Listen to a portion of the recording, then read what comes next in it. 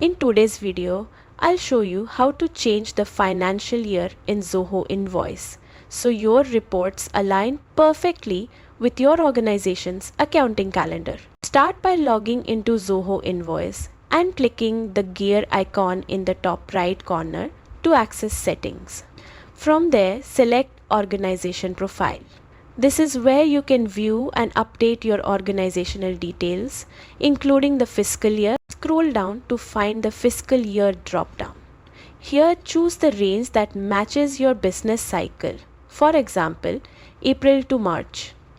Next, set the start date for your fiscal year, like April 1st, to ensure all reporting and financial calculations are accurate. Before saving, double check the displayed period to make sure it matches your intended financial year.